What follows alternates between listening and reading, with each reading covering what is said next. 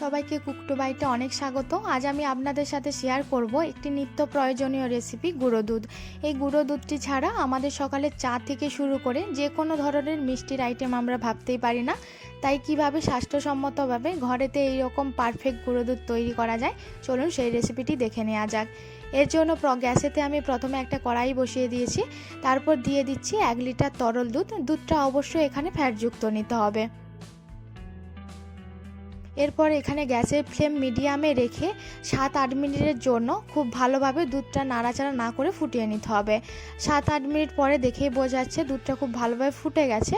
আর এখানে 7-8 মিনিট আমি কোনো নাড়াচাড়া করিনি, এর জন্য দুধেতে সর পড়ে গেছে। এই সরটাকে আমাকে ধার থেকে মাঝখানে নিয়ে আসতে হবে। এইরকমভাবে করে নিলে মালাইটা বেশি পাওয়া যায়।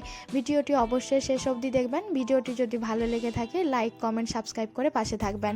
এরপর আমাকে এই দুধটাকে গ্যাসের ফ্লেম প্রথম থেকে শেষ অবধি হাইতে রেখে দুধটা অনবরত নাড়াচাড়া করে কমিয়ে ক্ষীরের পর্যায়ে নিয়ে আসতে হবে।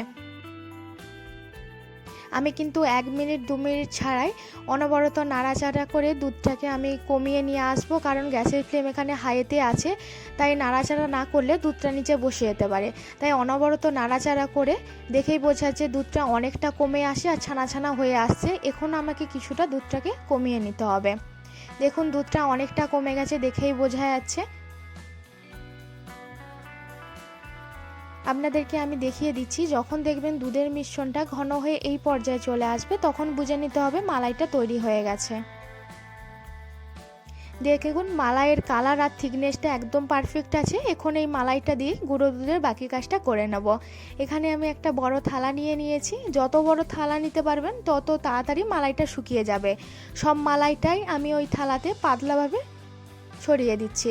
আপনাদের যদি একটা থালাতে না হয় আপনারা 2টো থালা নিয়ে নেবেন, কিন্তু খুব ভালোভাবে পাতলাভাবে থালাতে ছড়িয়ে নিতে হবে। আমার পুরো থালাতে খুব ভালোভাবে পাতলা করে আমি ছড়িয়ে নিয়েছি। এবার এই থালাটা আমি 6-7 ঘন্টার জন্য ফ্যানের নিচে শুকিয়ে নেব। 6-7 ঘন্টা আমি পাখার নিচে শুকিয়ে নিয়েছি। তারপর দেখেই বোঝা যাচ্ছে অনেকটা উপরটা শুকিয়ে গেছে। এরপর আমি একটা ছুরি নিয়েছি। এই ছুরির সাহায্যে আমি ওই থালা থেকে মালাইটা এইভাবে তুলে নিচ্ছি। 6-7 ঘন্টার বেশি শুকোতে যাবেন না, বেশি শুকিয়ে নিলে থালা থেকে মালাইটা উঠতে একটু সমস্যা হবে। এই রকমভাবে আমি পুরো মালাইটাই থালা থেকে তুলে নিচ্ছি।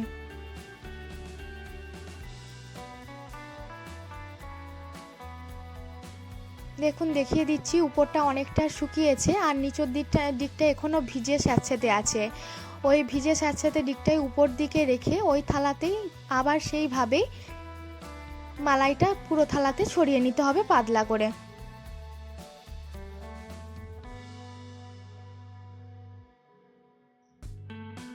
পাতলা করে আমার পুরো থালাতে আমার মালাইটা ছড়ানো হয়ে গেছে। এবার এই থালাটা আমি 1 দিনের জন্য রোদে দিয়ে দেবো। এখানে আমি রোদে দিয়ে দিচ্ছি। আপনারা চাইলে রোদে যদি না দেন এখানে 2-3 দিন একটু সময় নিয়ে পাখার নিচে শুকিয়ে নেবেন। 1 দিন বাদে ফিরে আসছি। দেখুন দেখেই বোঝা যাচ্ছে মালাইটা অনেকটা শুকিয়ে গেছে আর কালারটাও চেঞ্জ হয়ে গেছে। এখানে গুঁড়ো দুধ তৈরি করার জন্য মালাইটা খুব ভালোভাবে শুকিয়ে নিতে হবে, কোনো রকম রস যাতে না থাকে। রস থাকলে কিন্তু পারফেক্ট গুঁড়ো দুধ তৈরি করা যাবে না। আপনারাও এরকমভাবে শুকিয়ে নেবেন।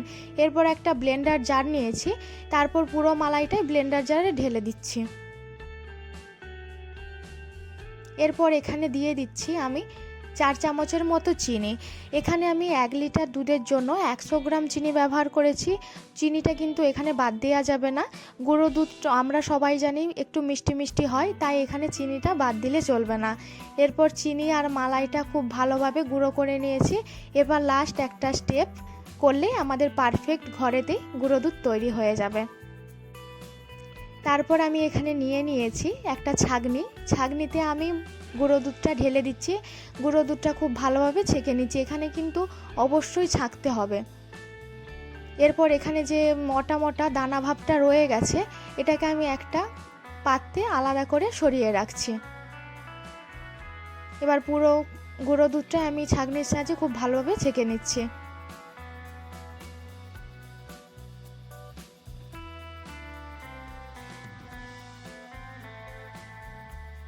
এরপর যে দানা দানা গুঁড়ো দুধটা তুলে রেখেছিলাম ওটা আবার ব্লেন্ডার জারে আমি খুব ভালোভাবে গুঁড়ো করে নিয়েছি।